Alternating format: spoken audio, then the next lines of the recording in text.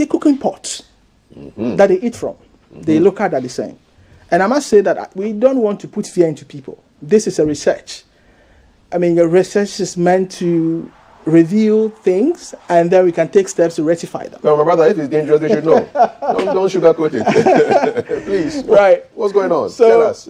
So, those pots assess 77% have lead concentrations more than the reference level. So, how many pots did you according to, so we've tested 227 pots under the home-based assessment. And out of these, 77% of them had lead concentration more than the reference level. So, for example, the reference level or the amount of lead concentration that maybe Ghana Standard Authority approved should be 100 ppm. But we we tested pots that had lead concentration as much as 24,000. Wow. In them. Instead of 100. Exactly. So and what we discovered is that most of these pots are just down at the backyard of most of these people's homes. What do they make the pots from? So our study revealed that the pots that are made from the scraps. So you see these people going around picking scraps? Yes. Exactly. And that area is not regulated. Ooh. Let me put it that way. Because we met with Ghana Standard Authority last week to present our findings. And one thing that was clear is that that aspect is not clearly regulated. And so anyone at all who has the know-how of being able to put these scraps together, smell them, into aluminium, can actually manufacture this pot. Probably it's not even their fault because they don't actually know the content or the properties that make up these scraps that they are smelting into manufacturing of these pots. So that's one of the studies. Then we look at the market, the rapid marketplace study, which focused entirely on this. We survey 8 markets in Accra. Which ones? The big markets you can talk about. The Agbogboshis and all that, Mokola and all that, all those markets. Our scientists and investigators went to this market and bought consumer products that are suspected to be had lead concentration higher. Because already there are a lot of people, our academia, they've done some small work here and there. And so when you Google, you will see some of these things pop up. So what we did was to sample those things they've done in the past and do further investigations. What kind of food products did you buy? So you can think about spice. We bought the metallic cookwares, the ceramic cookwares, toys the children play with, paint. I think almost the food, all that we like. We bought everything. And we did that in Kofredia, we did that in Takoradi, and we did that in Kumasi.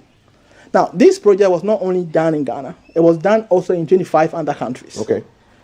Now, so the result came out. What were the findings? The finding was that our Dadesɛn had 55% reference level, 55% of the pots tested had reference level more than the recommended levels. So we're talking about a mid range of, say, 1,800 to about 2,410, lead concentrations higher. And is it that when they put the pots on the fire, the heat? So I'll come there. We did the leachate test as well. Yeah. That's what we call the leachate test. And so the ceramic wares also record 18% of the ceramic ware tested also had lead concentration above the reference levels. And then toys, it will shock you. What kind of toys? The toys children play with. Toy cars and things like that? Exactly. Some of them have certain metals in them. Now, when our scientists break up the rubber and take those small metals inside, they have lead readings higher than the threshold. So toy also recorded 14%. 14% of those that were tested had lead reference level higher than expected. And then the cosmetic 7%. But all others came out 0, the paint. But we feel that, look, more work needs to be done. More work needs to be done into all these things. Then our scientists went further. So all this, the cooking pot, especially the cooking pot, because not only Ghana, I think Nepal 100% of the cooking pots that were tested had reference level more. So it's not only unique to Ghana. 100%. It is more of a thing to do with the low middle income countries where regulation is a challenge. Yes. Right? And so they did a leachate test. Our scientists assessed 92 pots. So what they did was to simulate cooking by boiling water for some time. And then after, they would measure the content of the water to see the amount of lead concentration that leached into the water. Exactly. That was done, and it was confirmed that the leachate was even more than the 10 microgram per deciliter.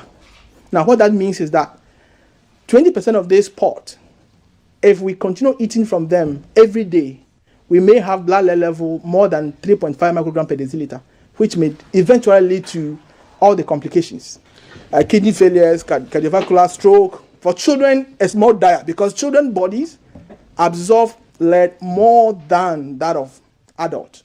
And that is why they are our priority. So that's the leachate test.